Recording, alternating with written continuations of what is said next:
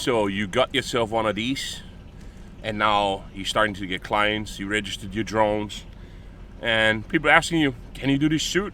And you say, yeah. Today I'll show you guys pretty much what I'll do in order to make some money with my drones. Stay tuned.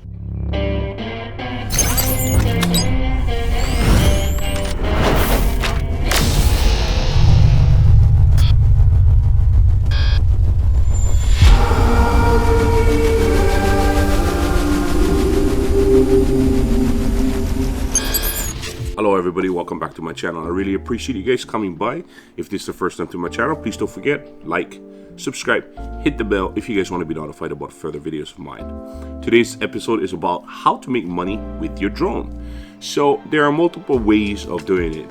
You can do real estate photography, real estate videography. You can just shoot videos, really nice sunsets, landscape, waterfalls, whatever, and upload them to stock footage. Today's episode is going to be about real estate. I'm going to dive into what my workflow is and how I usually do it, and it's going to show you guys pretty much what you guys need to do in order to make money or start making money and honing your skills too. So point number one is you make sure that everything in your stuff in your arsenal is ready to go, meaning that your drone is packed up, it's charged, it has an SD card, you have the tablet that you're going to be using with it. And besides that, I'll be taking pictures on the inside of the home as well.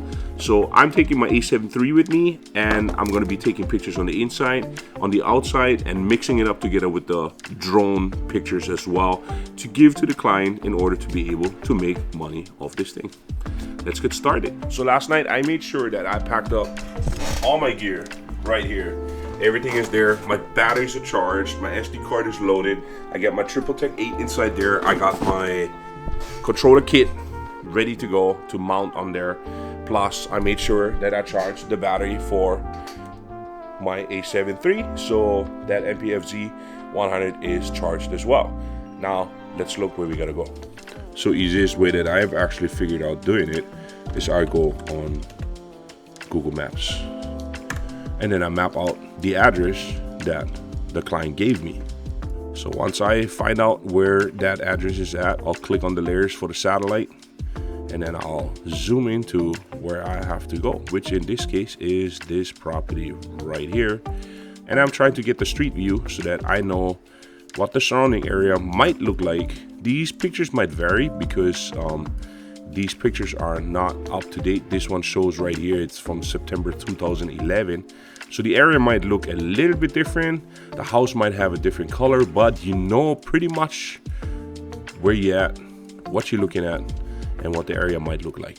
Another good way of doing this is if you look at your local real property tax office and you look at the location maps, which are usually public records, so you can just click on it, punch in the address that you have, check out the map, and usually it tells you already everything about the parcel that you can, what you can find about it. So when you look at this, it shows you already a lot. It matches with what we found here if we zoom out, and that's the lot right there. So it pretty much looks the same.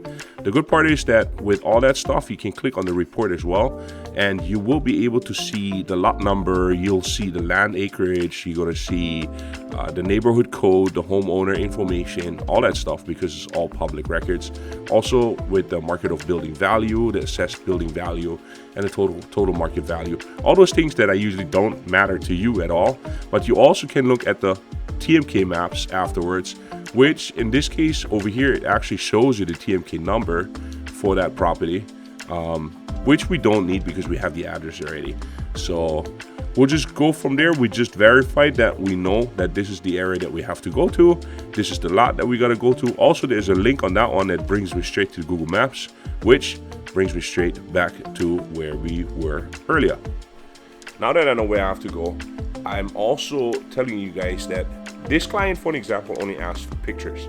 If that's the case and you want to also offer videography stuff, because I'm going to have the home to myself because they gave me the code for the lock to actually go into the home, I'm preparing and I'm going to take my RS3 Pro with me because I'll also want to create a video on the side just to make sure that I can hone my skills. So if you have the chance given, and there's no time limit for you to do the stuff, and you're supposed to do just pictures, make a video as well. It will help you build your skills.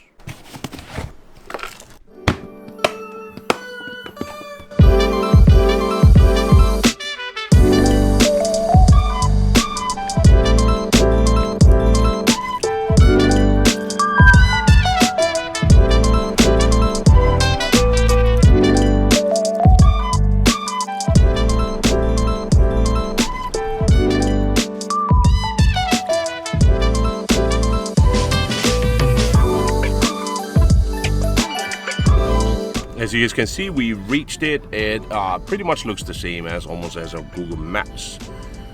Let's get to work.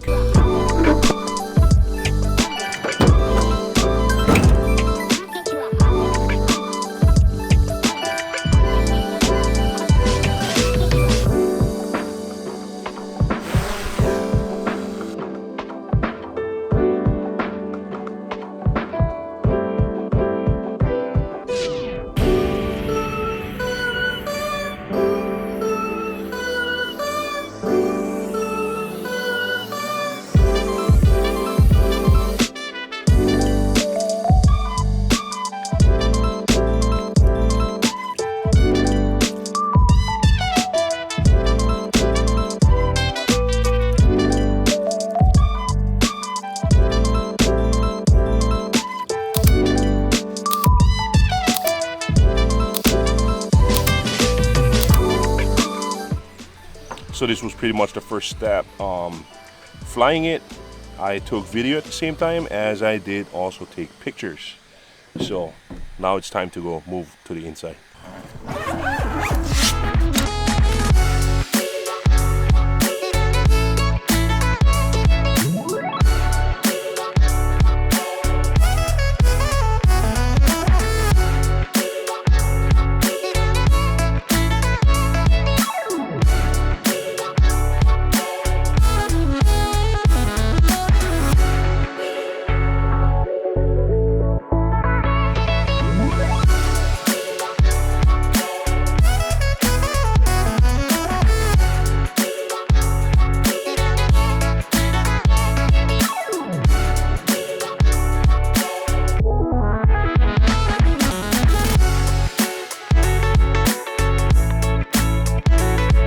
So that is it. I took the pictures, I took the video, and now it's about to go back to the studio, or actually back home, throw the SD cards in, edit the stuff, send it out to the client.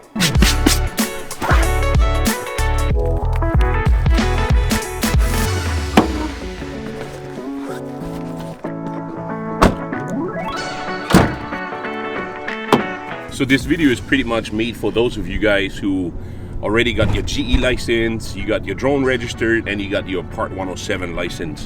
When you first start out, you can start doing those things with your own home, with your friend's house, with your friend's property, your auntie's or uncle's lot, where you just simply take pictures for them, and then it goes to Photoshop. From Photoshop, you just try to outline the markings because you looked at first under the TMK. Usually when you have a client, they will give you a TMK, which you can look up under your current county website, and with the TMK it gives you a map.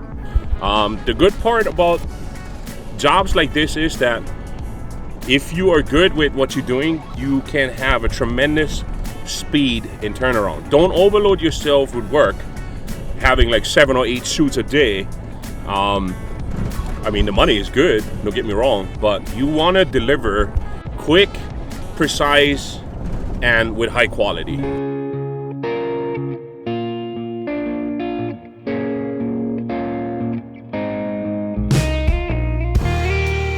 Many times we have walked ourselves in circles,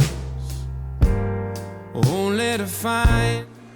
Now, one last thing, what I do while I create this folder is when I create the folder for the client, I make one large image, which is still in original size, and then I create a 1080p version as marked as 1S for one small, one large. That's the two that I will be uploading to the folder to share with the client. And I keep my Photoshop data just in case they require some changes to the writing, to the wherever, whatever the markings that they want to have within their stuff.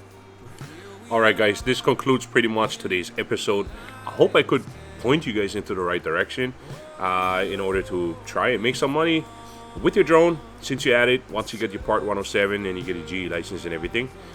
So if there's anything else that you guys might think that I have forgotten, whatever, or something that you guys do totally different, please let me know in the comments below. Until then, please don't forget, like, subscribe, hit the bell to be notified about further videos of mine. Until then, please don't forget, be a nice human, make somebody else smile, and definitely pay it forward. Love you all. Aloha.